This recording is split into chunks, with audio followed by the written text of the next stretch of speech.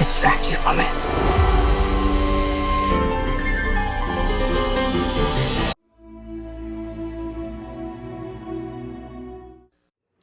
Happy New Year, everyone. This is Samuel Leggett here representing TeamJVS, here to give you guys my final review of the year. And I felt like this was it.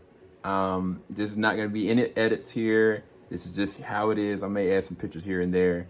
But I wanted to let you guys know it is my great excitement to talk about everything, everywhere, all at once. Directed by the Daniels, starring Michelle Yeoh, Kwan, James Hong, Stephanie Hsu, as well as Jamie Lee Curtis and a slew of amazing other actors. This honestly was a film that I watched it the first time. I actually reacted to it and everything, and I was kind of like, I was thrown off. I was like, what did I just watch? There's so much going on, so much put into it. And I've seen almost 100 movies this year. Like, I've seen RRR, I've seen Close, I've seen Top Gun, I've seen The Batman, I've seen Banshees of Inisherin, I've seen everything, right? And there's so much here.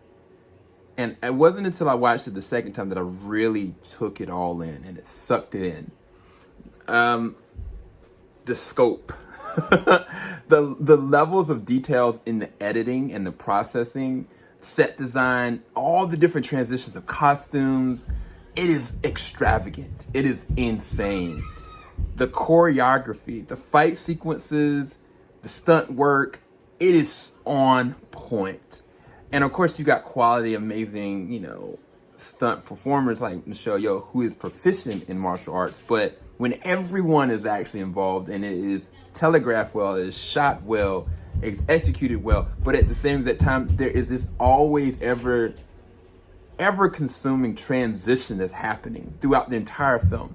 It's not just a transition of scene to scene, going back into the past and going to a different universe, which again, I've not described what the movie is about. And I think this is one of the first ones I won't do that. I think this is something you need to go into cold. If you've never seen Everything Everywhere All at Once, just go into it completely cold, but do know that it is multiverse level. There are a lot of different pieces and facets to each person's character, but every single variant of a person, it still is evident that the person is still the same. Who they are at their core, how they love, how they regard. It's just pivoted to different consequences in their life that comes on. But again, set design, how they're like telegraphing some of these scenes and transition, I just don't know.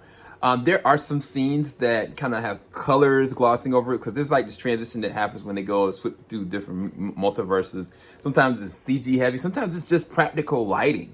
But the thing that makes this work when it's happening is their face, their mannerisms, how seriously they are taking ownership of every single person. Like Ki Hong Young as Wayman, there's different variations of him, but he's such a beautiful, kind soul. But there's so much he's doing. Like he is broadcasting the levels of love and dedication and strength that he has physically, emotionally, and just there's certain characters that they have a shroud around them. It's kind of like, I don't want to say an aura, but there's something around them that you can just feel who they are at their core. And they pivot to that very early on in the middle part of this movie, where it's like the other side of that is Stephanie Hsu's character who plays the role of Joy. And there's a lot, she has issues with her mom. There's a lot of things going on, but I'm going to tell you this about Stephanie. Easily, between Stephanie and Ki, they have two of the best supporting performances this year. Oscar worthy. Like, because the thing is with Stephanie, she has to work with everyone. She has to sell every single transition scene, every single outfit, every single motivation, the sinisterness of it. Like, she's doing so much. But this is what I didn't see the first time, because there was so much going on, is Michelle Yeoh. Like, I know she's an amazing actress and she's a beautiful soul and she plays this role of Evelyn so well. because he's the one Evelyn, right?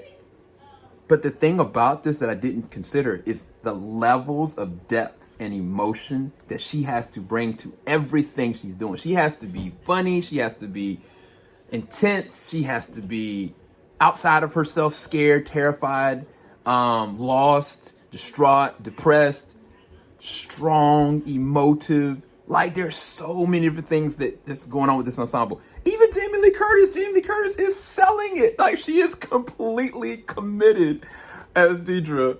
And it's like, when you have like all those different elements, great. And then the one pivot is the Daniels and how they direct and allow the narrative to progress throughout. This could easily feel like a very long movie, but it's only about 2 hours and 19 minutes, and every single thing is happening. The amount of sheer content, the amount of sheer story building, world building, character progression, it is a near perfect film. The first time I watched it, I was like, man, this is great, easy 9 out of 10. But now watching it and understanding the levels to this, and I actually shed a tear, this is easily one of the best films this year. This is now in my top 3 of favorite films of 2022, going into 2023. 10 out of 10, 11 out of 10, 12 out of 10, whatever you want to call it, infinity out of 10. Go and check out everything, everywhere, all at once. I do not think you will be disappointed by this. Powerful, amazing, funny, engaging, sci-fi, action, rhythmic, comedic, dark comedy. It's all there. Everything.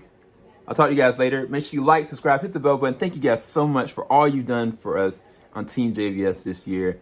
There's a lot more coming. And then TeamJVS may be transitioning to something a little different. JVS Media and Productions. We'll go into that more later. I'll talk to you guys soon. Keep it locked. JVS, we ain't gonna stop. All of us at JVS, we thank you. Bye guys. Happy New Year.